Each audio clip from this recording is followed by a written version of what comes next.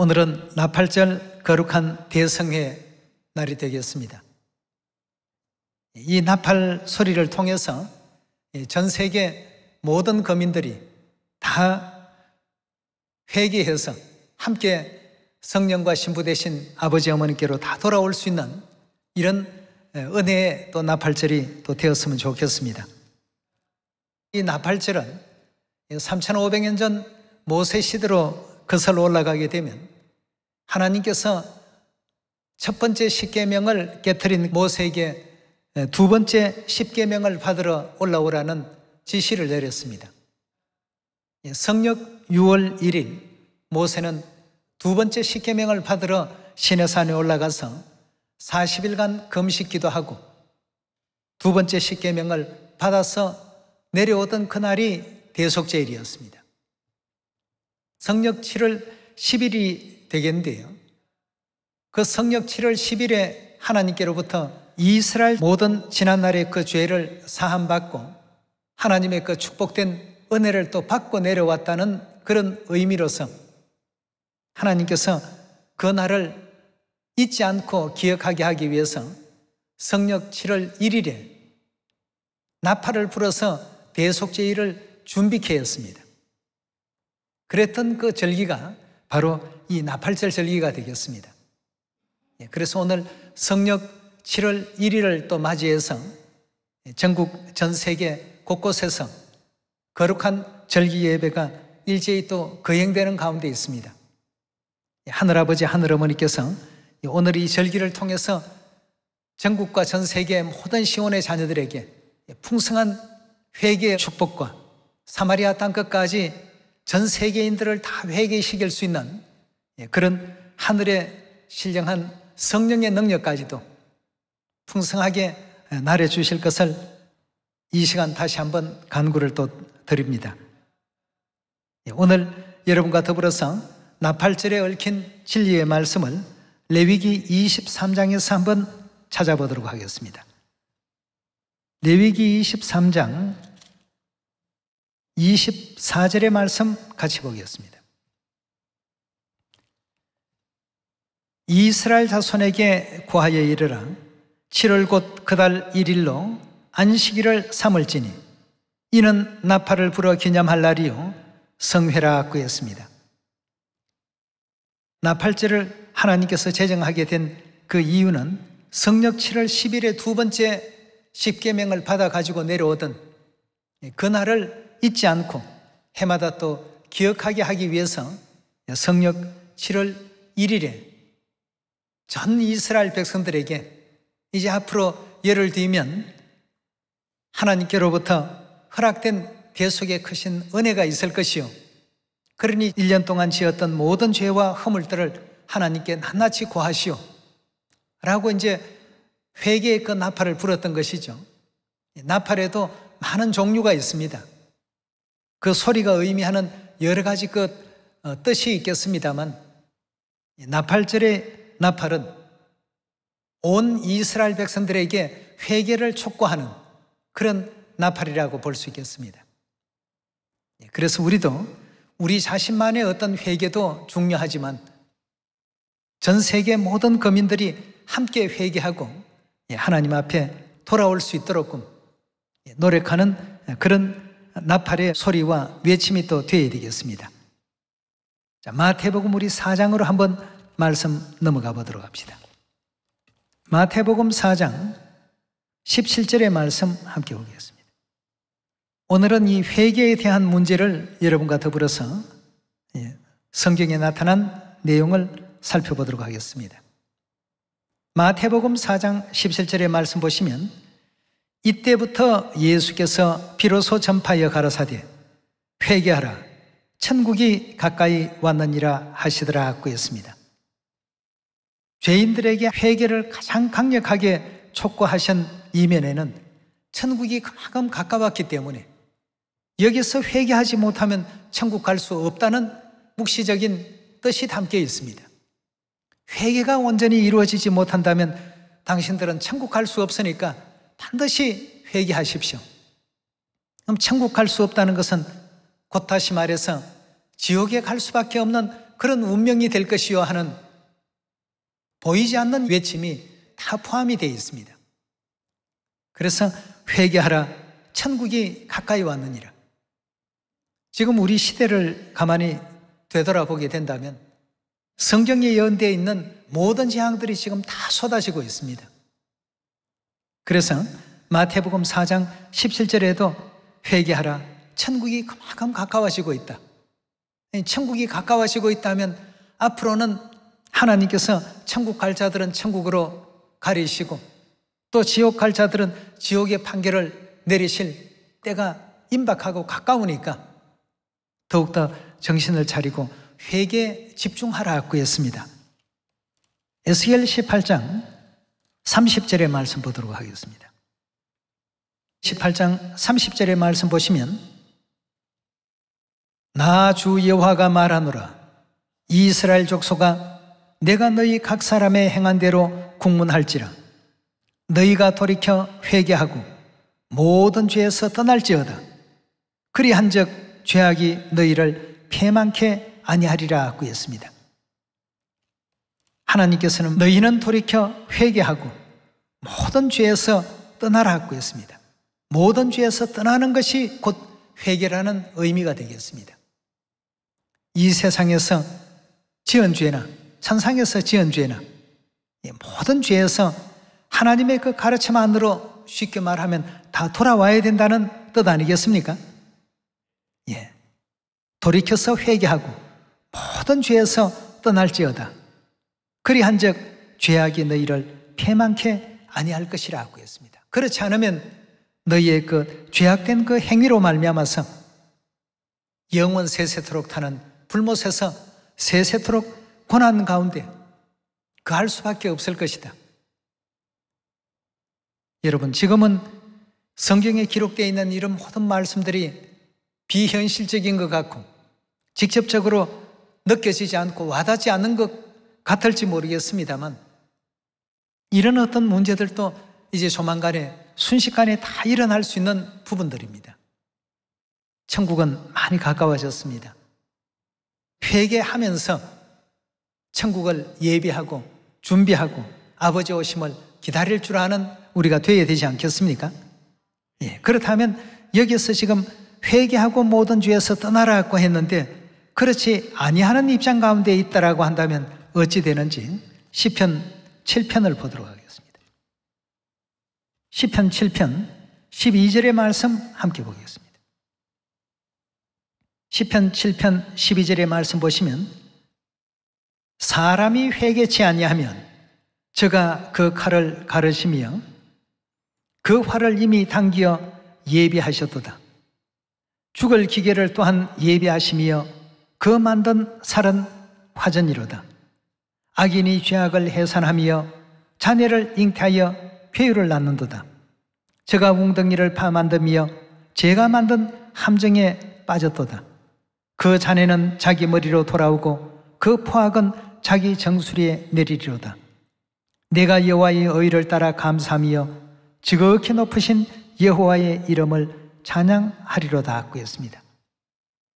사람이 회개치 아니하면 하나님께서는 칼을 갈고 계신다 하고 했습니다. 하늘에서 이미 우리는 용서받지 못할 그런 죄를 범하고 이 세상 세계로 쫓겨내려온 범죄한 영혼들입니다.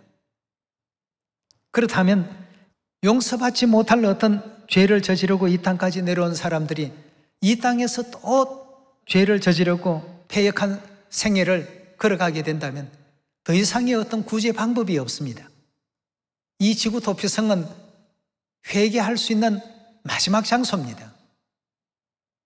우리의 삶은 이런 어떤 회개의 삶 속에 하나님께서 두셨기 때문에 회개가 이루어지지 않는다면 하나님께서 칼을 갈고 계신다고 했습니다. 그 다음은 이제 다른 것이 없습니다. 고통과 절망과 절규와 세세토록 타는 그 불못의 어떤 고난밖에는 그 죄에 대한 다른 대가가 존재할 수가 없는 것입니다. 그 죄를 사면시켜 주시기 위해서 하나님께서 이 땅까지 친히 오셔서 십자가의 희생도 인간의 조롱도 십자가의 매달리시는 그 아픔도, 창으로 찔리시는 그 고통도 우리 자녀들에게 마지막 기회를 주신 것입니다. 그런데 그 은혜 가운데서 멀어져 버리고 그 주신 축복을 저버리게 되는 그런 삶이 얼마나 행복하겠습니까? 그 삶이 기쁘면 또 얼마나 기쁘겠습니까? 잠시 잠깐 그 고통을, 잠시 잠깐의 그 기다림과 인내심이 없어서 하나님께서 예비하신 영원한 그 평화의 잔치에, 영광의 그 잔치에 참여 못하는 그런 어리석음을 범해서는 안 되겠습니다. 오늘 이 나팔의 의미는 회개입니다. 회개하라는 이 나팔을 부는 날이 바로 오늘 이 나팔절이 되겠습니다. 이 나팔절을 통해서 우리만이 아닌 전국과 전 세계 모든 거민들이 다 회개할 수 있도록 하나님께서도 회개할 수 있는 진리를 이 땅에 선포해 주셨습니다. 우리 한번 누가복음 5장의 말씀 이어서 보도록 합시다. 누가복음 5장 32절의 말씀 함께 보겠습니다. 내가 의인을 부르러 온 것이 아니요 죄인을 불러 회개시키러 왔노라 하고 했습니다. 이 세상에 있는 사람들은 모두가 다 죄인입니다. 육체를 입으신 하나님 제외하면 모두가 다 죄인들입니다. 그래서 하나님께서는 죄인들을 불러서 회개시키러 오신 것이 이 땅에 오신 이유이기도 합니다. 그런데 그 마지막 하나님의 은혜를 거절해버리고 받아들이지 못하고 저버리게 된다면 다른 방법도 없고 다른 길이 없습니다. 여러분과 저에게 있어서 마지막 은혜라는 것을 꼭 명심하셔서 이 세상에서는 하나님의 거룩하신 뜻을 받들어서 함께 또 회개의 그 삶을, 우리 자신을 되돌아보고 우리 마음가짐과 천국에 대한 소망과 하나님에 대한 깊은 신앙을 되살려서 영원한 그 천국을 향해 더욱더 마음 서시고 노력해 주시기를 부탁드리겠습니다. 자, 그렇다면 회개하게 하기 위해서 하나님께서 이 땅 위에 가지고 오신 진리가 새 언약의 진리였다는 것을 마가복음 1장을 통해서 함께 살펴보도록 하겠습니다. 마가복음 1장 15절입니다. 마가복음 1장 15절의 말씀 보시면 가라사대 때가 찼고 하나님의 나라가 가까웠으니 회개하고 어떻게 하라고 했습니까? 복음을 믿으라 하고 있습니다. 회개하는 사람들은 반드시 어떤 행동들이 나와야 되느냐 하면 복음을 믿는 행동이 나와야 되겠습니다. 골로새 1장과 고린도후서 3장의 말씀을 연결해서 바라볼 때 복음은 무엇이라고 했습니까? 새 언약이죠. 그 회개한 사람들은 전부 새 언약을 받아들여야 됩니다. 우리가 어떤 것을 잘해서 죄가 용서되는 것이 아니라 새 언약 안에는 하나님께서 약속하신 약속이 있습니다. 죄를 다 없이 하겠다. 죄를 다 사해 주겠다. 죄가 없어서 죄 없는 사람 취급을 받는 것이 아니라 하나님께서 명해 주신 약속이 그 속에 담겨 있기 때문에 누구든지 어떻게 하라고요? 회개하고 복음을 믿으라. 그 회개했다는 산 증거가 뭡니까? 복음을 믿고 복음의 그 길대로, 즉 새 언약을 믿고 새 언약의 길대로 행하는 이와 같은 그 신앙을 우리가 걸어가게 될 때 아버지 어머님께서는 영원한 하늘나라에 우리가 죄인이 아니어서 데려가는 것이 아니라 죄인이었지만 하나님께서 언약하신 그 언약을 그대로 믿고 그대로 준행하고 세상적인 삶이 아닌, 세속의 삶이 아닌 새 언약 안에서의 삶을 은혜롭게 산 사람들은 죄사함이라는 하나님께서 주신 약속대로 모든 일들을 진행해 주시고 회개의 그 삶을 살 수 있도록 허락을 했습니다. 히브리서 우리 8장 열어보도록 합시다. 우리가 전에 지었던 모든 죄를 용서해 주시는 하나님의 약속이 그 속에 있다는 것을 히브리 8장에서 확인해 보도록 합시다. 히브리서 8장 7절의 말씀 보겠습니다. 저 첫 언약이 무엄하였다면, 첫 언약 하는 것은 옛 언약, 다시 말하면 모세 율법이죠. 저 첫 언약이 무엄하였다면 둘째 것을 요구할 일이 없었으려니와 했습니다. 둘째 것은 새 언약, 둘째 것을 요구할 일이 없었으려니와 저희를 허물하며 일렀으되 주께서 가라사대 볼지어다 날이 이르리니 내가 이스라엘 집과 유다 집으로 새 언약을 세우리라.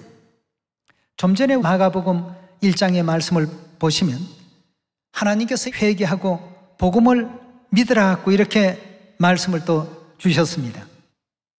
이 땅에 오신 이유는 죄인을 회개시키기 위해서 오셨다라고 하셨고, 이 땅에 오셔서 하신 가장 위대한 일 중에 한 가지가 새 언약이라는 이 진리를 세우신 일이라고 볼 수 있겠습니다. 그래서 8절에 내가 이스라엘 집과 유다 집으로 새 언약을 세우리라. 9절입니다. 또 주께서 가라사대 내가 저희 열조들의 손을 잡고 애굽 땅에서 인도하여 내던 날에 저희와 세운 언약과 같이 아니하도다. 저희는 내 언약 안에 머물러 있지 아니하므로 내가 저희를 돌아보지 아니하였노라.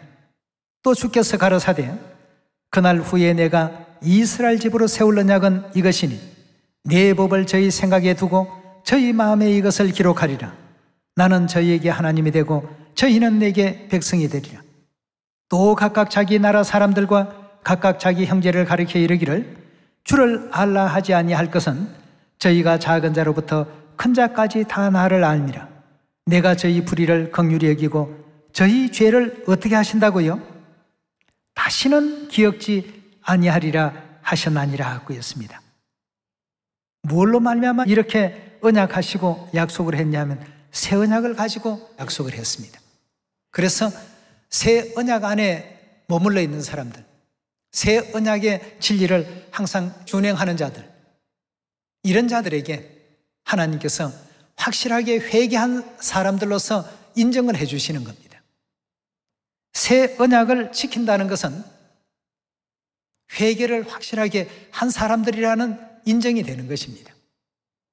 우리가 1년 지키고 2년 지키고 3년 지켜도 뭐 다른 어떤 특별한 내용이 없던데 이럴 것이 아니라 하나님께서 오시는 그날 여러분들 여기 다 붙어 있어야 됩니다. 우리가 새 언약 안에 하나님께서 언약하신 그 언약 안에 지금 머물러 있고 언약 안에 있는 이 사람들의 죄는 하나님께서 하나도 묻지 않겠다, 적용시키지 않겠다, 이렇게 해서 이제 결국 우리를 영원한 천국으로 인도해 가시고 데려가신다는 것입니다. 그래서 사도 바울은 이 사람들이 정말 복받은 사람들이다, 이 사람들이야말로 참으로 참되게 회개한 사람들이다, 이 사람들이야말로 하나님께로부터 정말 참 영광받을 만한 이런 위치에 있는 사람들이라는 것을 로마서 4장에서 말하고 있습니다. 로마서 4장 7절의 말씀 보도록 하겠습니다. 4장 7절의 말씀 보시면 그 불법을 사하심을 받고 그 죄를 가리우심을 받는 자는 복이 있고 라고 했습니다. 뭘 가지고 하나님께서 우리 죄를 죄 없다 인정해 주신다고 약속했습니까? 새 언약을 통해서. 그래서 회개하라, 그리고 복음을 믿으라. 회개한 사람들은 전부 복음 안에 있는 사람들이고 복음을 믿고 있는 사람들입니다. 그 불법을 사하심을 받고 그 죄를 가리우심을 받는 자는 복이 있고, 8절에요 주께서 그 죄를 인정치 아니할 사람은 복이 있도다 함과 같으니라 하고 했습니다. 똑같이 죄를 지었는데 이 사람은 회개를 하고 있고 이 사람은 회개를 하지 않고 더 참 강팍하게 죄성을 버리지 못한 그런 내용을 가지고 있습니다. 재판장이 그 두 사람 경우를 보면 진정으로 뉘우치고 회개하는 그 사람에 대해서는 구제의 길을 열어주지만 계속 법정 안에서도 강팍함을 보이는 그런 사람은 그 죄에다가 더 많은 내용을 얹어서 언도해버릴 수가 있습니다. 여기에 지금 주신 말씀과 같이 불법을 사하심을 받고 죄를 가리우심을 받는 자가 복이 있고 주께서 그 죄를 인정치 아니할 사람은 복이 있다고 했습니다.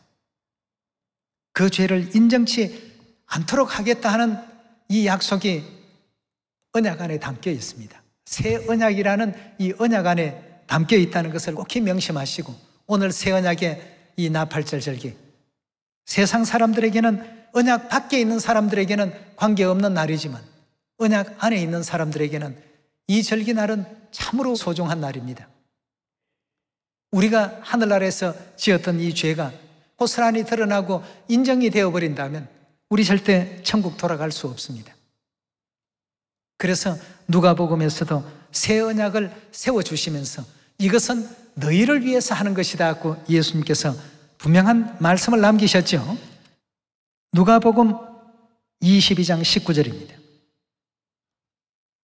19절의 말씀 보시면, 또 떡을 가져 사례하시고 떼어 저희에게 주시며 가라사대 이것은 너희를 위하여 주는 내 몸이라 너희가 이를 행하여 나를 기념하라 하시고, 저녁 먹은 후에 잔도 이와 같이 하여 가라사대 이 잔은 내 피로 세우는 뭐라고요?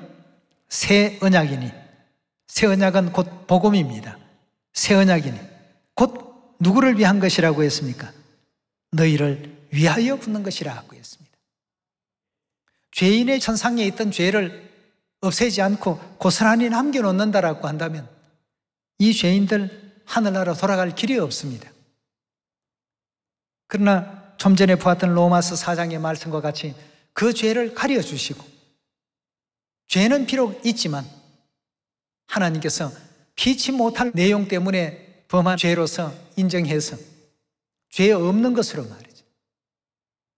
바로 그런 어떤 의미로서 이 땅에 새 언약을 또 세워주셨다는 것을 우리 다시 한번 기억해서 새 언약의 안식일, 새 언약의 유월절, 새 언약의 무교절, 새 언약의 부활절, 새 언약의 성천일 오순절, 새 언약의 나팔절, 대속제일, 초막절, 뭐 이런 어떤 절기의 규례뿐만 아니라 새 언약 안에서 서로 사랑하라는 교훈이나 또 복음을 힘써 또 전하라는 교훈이나